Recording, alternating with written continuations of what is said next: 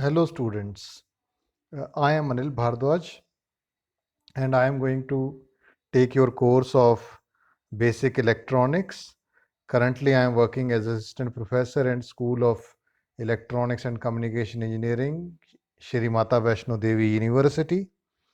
So this course is very important as far as any engineering branch is being concerned.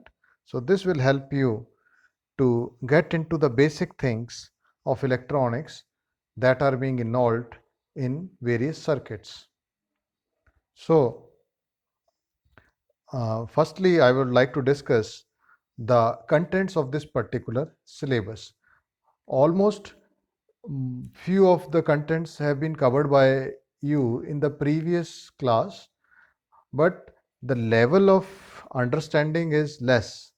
So here focus is more on electronics point of view and your things are little bit more mathematical than your previous classes.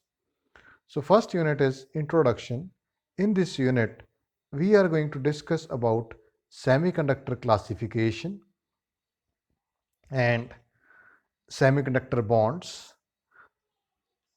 So basically what is semiconductor, what is it different between your semiconductor, metal and insulator, and also we are going to discuss in terms of bands, what are energy bands, how a semiconductor is different from a metal and all, your charge carriers, what are electrons, what are holes, and how they are helping in conduction under different sort of biasing that we are going to cover. Next topic in this is Hall effect. Sometimes you are having a material and if you want to know what is the composition of that material, so these are the things we are going to discuss in this unit. Next is diodes.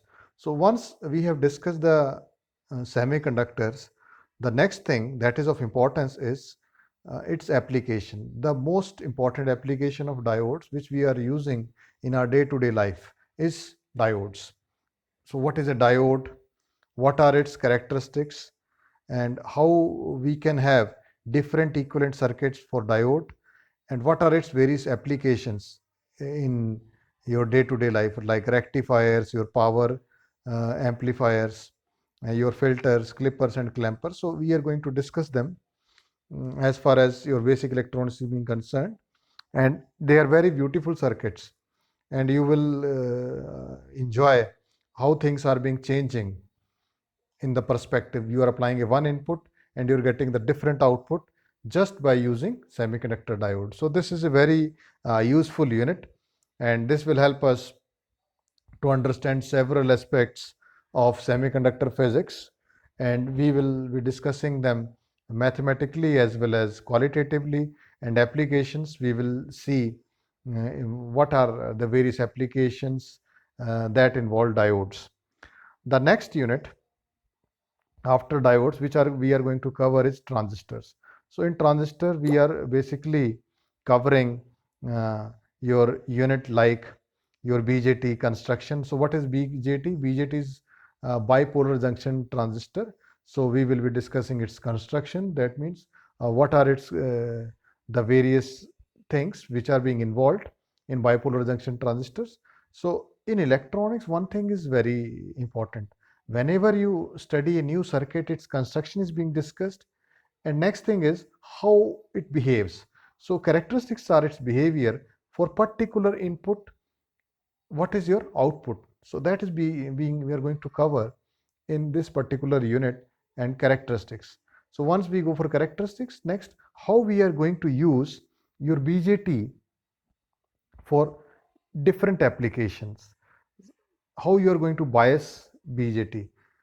Biasing is the thing how you are actually giving the proper operating condition. Suppose a particular device is to be operated to give a particular output, then what are the conditions that need to be maintained?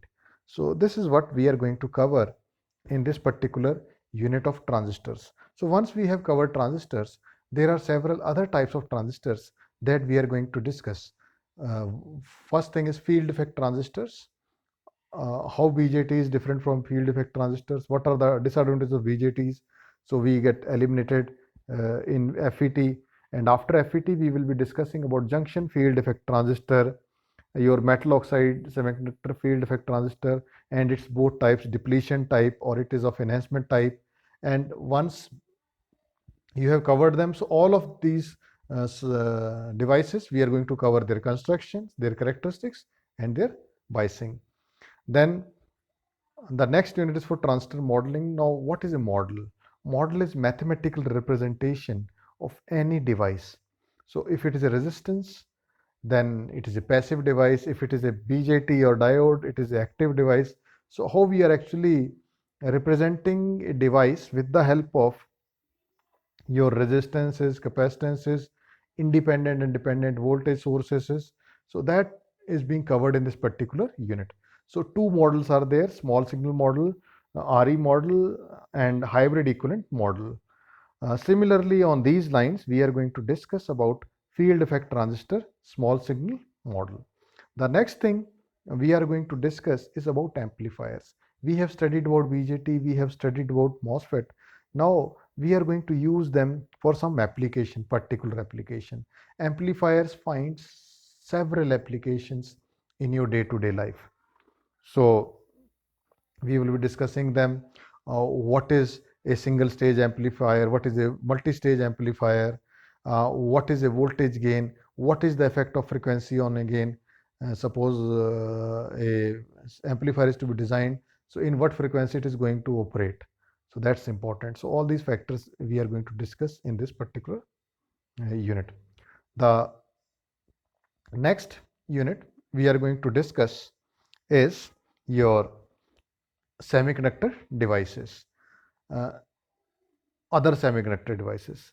So your BJTs, your diodes, they are working at very small voltages, but the utility of semiconductor is being tested for high voltages and for AC applications.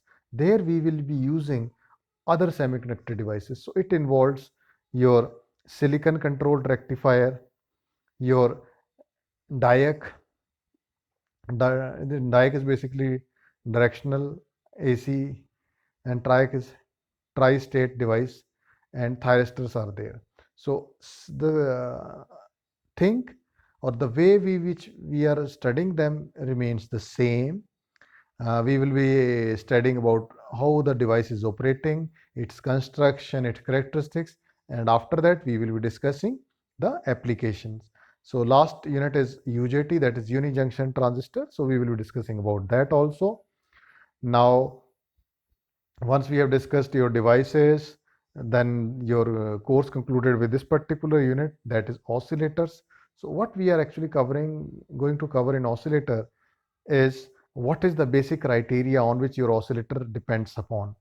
Then we will discuss what are the various oscillator types. It is audio oscillator, it is RF oscillator, it is transistor based oscillator. So many different types are there. It is sinusoidal oscillator, Hartley oscillator, Colpitts oscillator, or other types of oscillators. So we will be discussing them in detail. We will be discussing them mathematically also. So this is the course, and we are going to cover them in a good manner. And here it looks quite a lengthy course, but when we study, we will actually enjoy the course. That what are the things we are watching around is actually based on this. Suppose the mobile charger you are using these days. So what is that? That is nothing but a rectifier.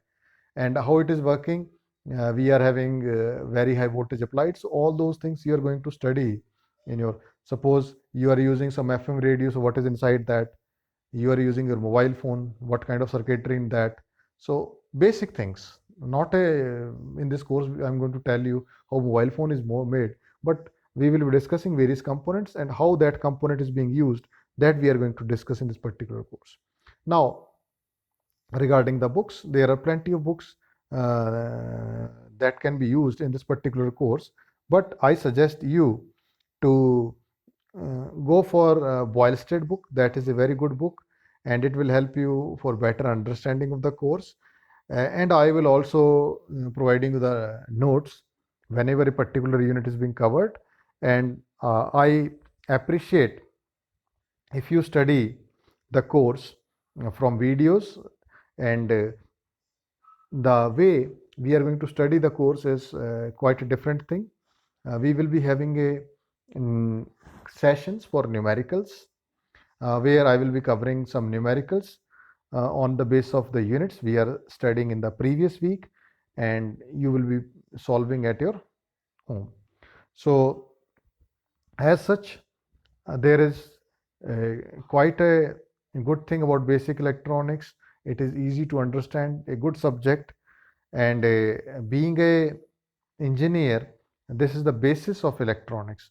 Most of the courses which you are going to study in the near future is based on this particular course. So if you perform this particular course in a better way, it will help you to score good marks and understand aspects. As far as lab of this particular course is being concerned, we will be focusing on components, and I will be only providing you the demonstration videos. And let's see in future when things become normal, I will be there to join you in the lab on the physical way, because doing things on the software is not advisable, because this is a basic electronics. Here you are going to see the components, you are going to test the things in your hand. So we will be discussing them in a very good details in the near future. So thank you very much, all the best to all of you. So I hope you will enjoy the learning in a better way, and you are free to contact me in case of any query or any doubt. Thank you very much.